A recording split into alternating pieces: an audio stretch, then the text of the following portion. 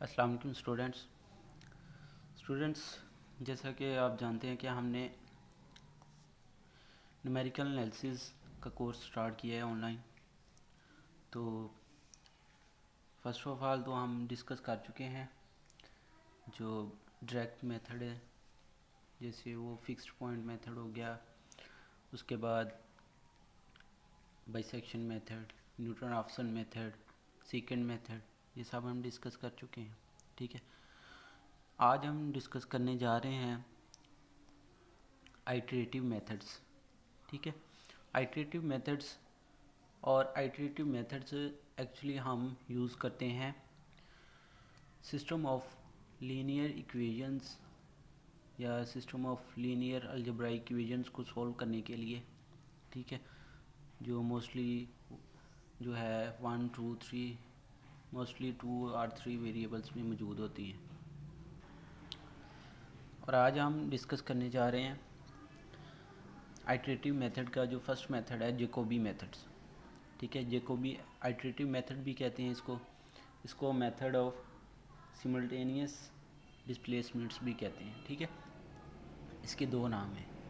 तो first of all इसका हम वर्किंग रूल डिस्कस करेंगे विद एग्जांपल कि हम जो जैकोबी मेथड है इसको कैसे सिस्टम ऑफ लीनियर इक्वेशंस को सॉल्व करने के लिए इस्तेमाल करते हैं।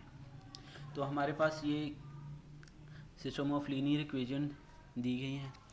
8x plus y minus z is equal to 8, 2x plus y plus 9z is equal to 12, x minus 7z plus 2z is equal to minus 4।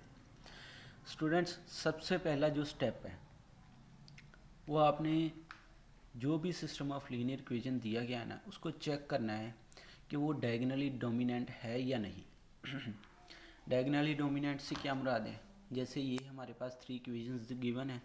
ठीक है, तो इनमें जो है 8y 8x फिर y फिर 2z, ये जो डायगोनल है इसका यहाँ से ये डायगोनली डोमिनेंट होना चाहिए। अब डायगोनली डोमिनेंट से क्या मुराद है, वो कैसे चेक करेंगे वो हम देखते हैं।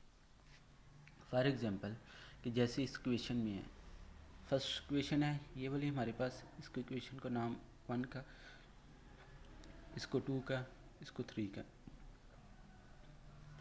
अब इसको हमने चेक करना है कि ये डायगोनली डोमिनेंट है या नहीं। तो स्टूडेंट जो x का फर्स्ट इक्वेशन में x का कोफिशिएंट 8 है, इसका मोड लिया जाए तो वो ग्रेटर होना चाहिए इन दो के मोड के सम के, यानी y का कोफिशिएंट 1, ठीक है, प्लस z का कोफिशिएंट है -1। ठीक है, इन दोनों के मोड के सम से ग्रेटर होना चाहिए। तो ये देखो 8 का मोड 8 ही आ गया, 1 का मोड 1, ठीक है, प्लस -1 का मोड 1, तो ये 2 ग्रेटर देन आ गया 8 की।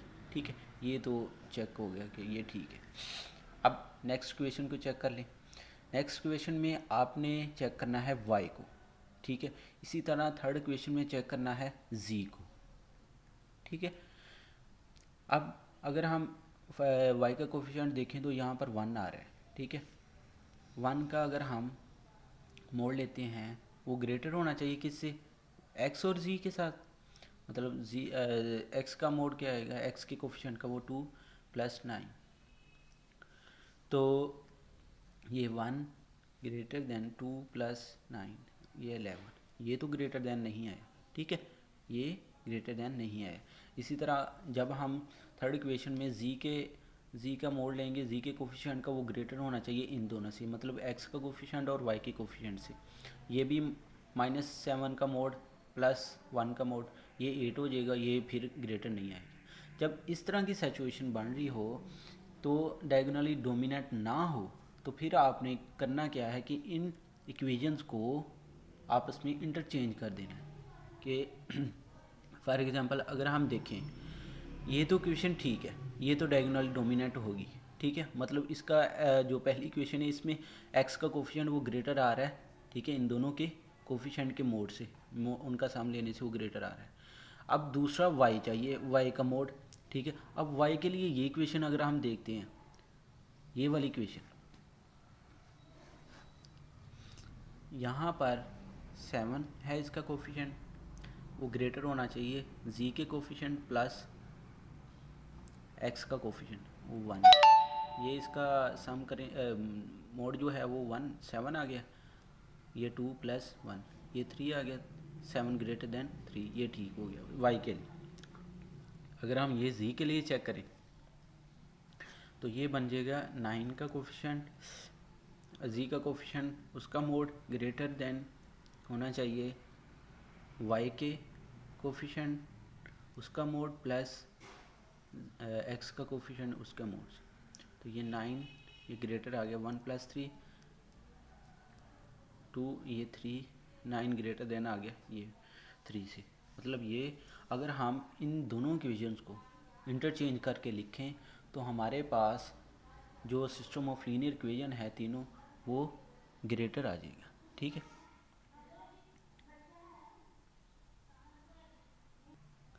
इंटरचेंज करने के बाद हमारे पास सिस्टम ऑफ लीनियर इक्वेशन ये बन जाएगा, जो कि अब हमारे पास टोटली डायगोनली डोमिनेंट है, ठीक है।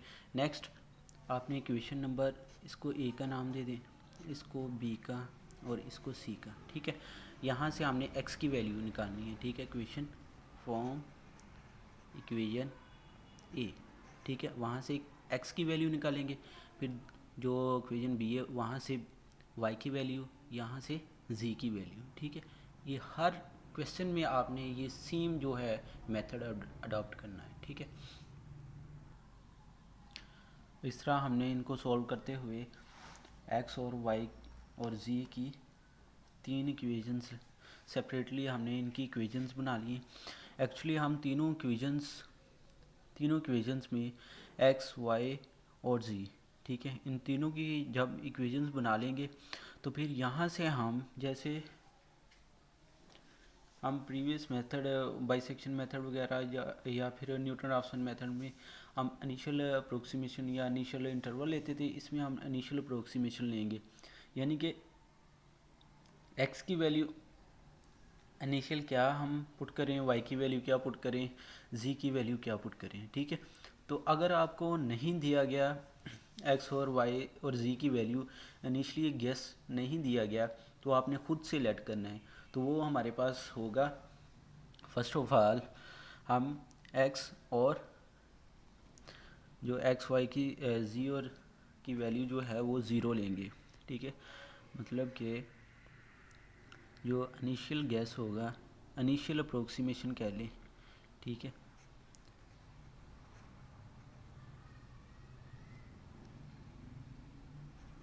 इनिशियल अप्रोक्सीमेशन जो होगी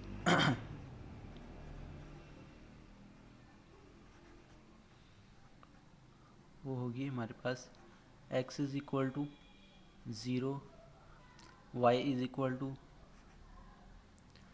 0, z इज़ इक्वल टू 0, ठीक है। ये आपने सिमल्टेनियसली पहले इक्वेशन नंबर 1 में इसमें पुट करनी है, ठीक है, या इक्वेशन इसमें पुट करनी है, इस वाली इक्वेशन यहाँ जहाँ से आपने x और y की वैल्यू निकाल ली, ठीक है। इसी तरह फिर इसमें, फिर इसमें इनिशियली गैस हम स्टूडेंट्स ये लेंगे x इज़ इक्वल टू 0 और y is equal to 0, z is equal to 0, और ये आपने तब लेना है जब मतलब कि ये हमें इनिशियली गैस गिवन ना हो, ठीक है। तो स्टूडेंट्स सबसे पहले आपने x इज़ इक्वल टू 0, जब आपने फर्स्ट इक्वेशन को सॉल्व करना है, ठीक है, इस इक्वेशन को, तो आपने इस इक्वेशन को हमने पहले क्या यूज़ किया है, चलो ये हम यूज़ कर लेते हैं काउंटिंग, इसको 1 का नाम दे दें, इसको 2 का, इसको 3 का। जब आपने इक्वेशन 1 को सॉल्व करना है तो आपने ये दो वैल्यूज़ यूज़ करनी है, x y is equal to 0 और जी इज़ इक्वल टू 0। मतलब हमें ये दो वैल्यूज़ अगर मिल जाएं तो हम y की वैल्यू निकाल सकेंगे। इसी तरह जब y की इक्वेशन को सॉल्व करना है, y की इक्वेशंस को, तो इसमें हम x is equal to 0 put करेंगे और y z is equal to 0 put करेंगे, क्योंकि इसमें दो ही वेरिएबल है x और y।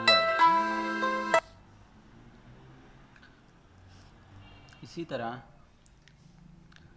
z is equal to, ये इक्वेशन है हमारी, और इसमें हमें वैल्यू चाहिए x और y की। तो हम स्टूडेंट्स इन वैल्यूज़ को इक्वेशन नंबर 1 में पुट करते हैं, तो ये हमारे पास बन जाएगा x is equal to, equation है 1/8 into 8 minus y plus z। तो जब हम y इज इक्वल टू 0 और z इज इक्वल टू 0 इसमें पुट करेंगे, तो ये हमारे पास बन जाएगी x is equal to 1/8 into 8 minus 0 plus 0।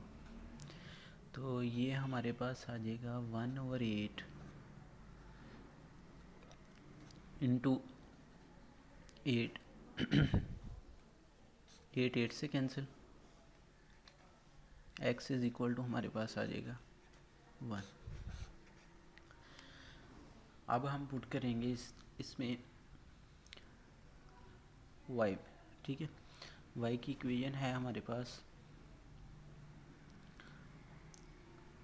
1/7 into 4 plus x plus 2z, ठीक है। और ये हमारे पास बन जाएगा 1/7 इंटू 4 प्लस 0 प्लस ये 2 से जब इसकी जगह 0 पुट करेंगे ये भी 0 हो जाएगा।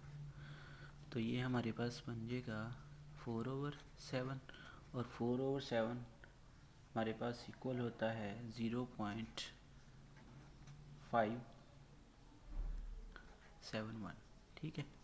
और ये y की वैल्यू आ गई। इसी तरह सिमिलरली z की इक्वेशन है हमारे पास 1/9 into 12 minus 2x minus y। 1/9 12, इसकी जब x की जगह 0 पुट करेंगे तो ये 0, इसी तरह ये भी 0, ठीक है। तो ये हमारे पास बन जाएगा 12/9 डिवाइड करने के बाद ये हमारे पास आ जाएगा आंसर इसका 1.333, ठीक है। तो ये फर्स्ट अप्रोक्सीमेशन को यूज़ करते हुए हमारी जो x, y और z की न्यू वैल्यूज़ हैं वो है हमारे पास 1.00, यानी कि ये थर्ड अप्रोक्सीमेशन तक हमने इसको लिया है। और y की वैल्यू है 0.571 और z की वैल्यू आ जाएगी हमारे पास 1.333, ठीक है। ये हमारे पास आ गई फर्स्ट अप्रोक्सीमेशन, या फर्स्ट अप्रोक्सीमेशन भी कह सकते हैं हम, या फर्स्ट आइट्रेशन भी हम कह सकते हैं, ठीक है। फर्स्ट आइट्रेशन, इसको हम नाम दे देते हैं फर्स्ट आइट्रेशन का।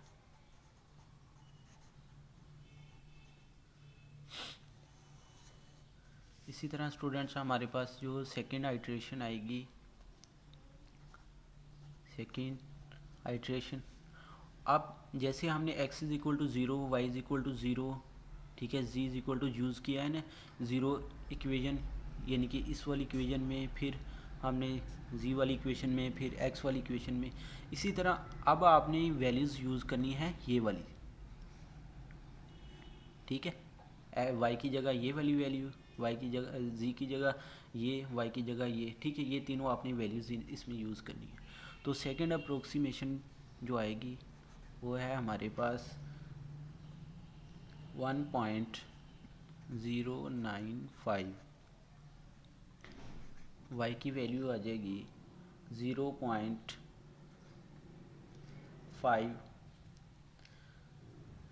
1571 और z की वैल्यू आ जाएगी 1.048। ठीक है। इसी तरह थर्ड जो है आइट्रेशन हमारे पास, अब आपने क्या करना है, अब ये वैल्यूज़ यूज़ नहीं करनी, अब हमने वैल्यूज़ यूज़ करनी है x इज़ इक्वल टू ये value, y is equal to ये, z इज़ इक्वल टू ये वाली वैल्यूज़ उन्हीं इक्वेशन में, ये तीनों इक्वेशंस में। ठीक है। तो जो थर्ड आइट्रेशन हमारे पास आएगी वो है 0.995 और y इज़ इक्वल टू आ जाएगा 1.026 और z इज़ इक्वल टू आ जाएगा हमारे पास 0.969। ठीक है। और फोर्थ अप्रोक्सीमेशन हमारे पास आ जाएगी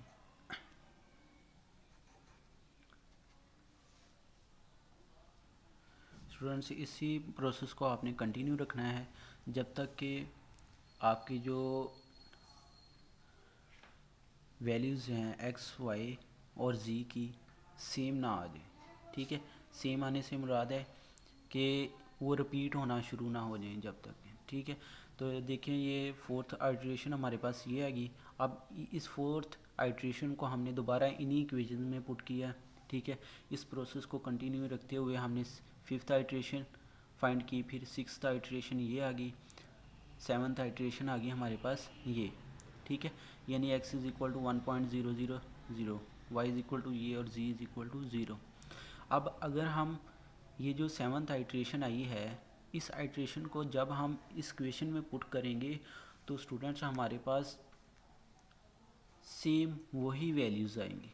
मतलब कि जब हम इस क्वेश्चन में पुट करते हैं, इस क्वेश्चन में x y is equal to 1 और z इज़ इक्वल टू 1, जब हम इधर पुट करेंगे तो 1 माइनस 1 ज़ीरो हो जाएगा, 8 बचेगा, 8/8 ये 1 आ जाएगा। मतलब ये वही वैल्यू दोबारा x की आ गई।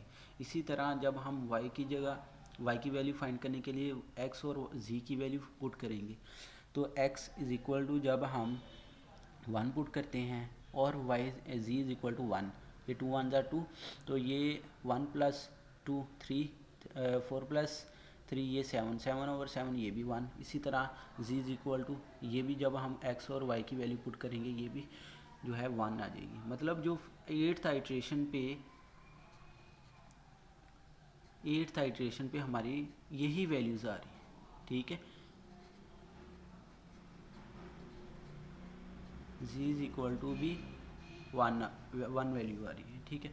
तो आपने ये प्रोसीजर तब तक कंटिन्यू रखना जब तक कि आपकी जो आइट्रेशन जो है वो या तो सेम आ जाए या फिर रिपीट जब तक होना ना शुरू हो जाए। ठीक है। या फिर 0 0 आ जाए। ठीक है। तो ये था आज का हमारा लेक्चर। तो इंशाल्लाह हम नेक्स्ट लेक्चर में इसको कोई और वे जो है सेकंड वे यूज़ करेंगे जैकोबी मेथड को सॉल्व करने के लिए।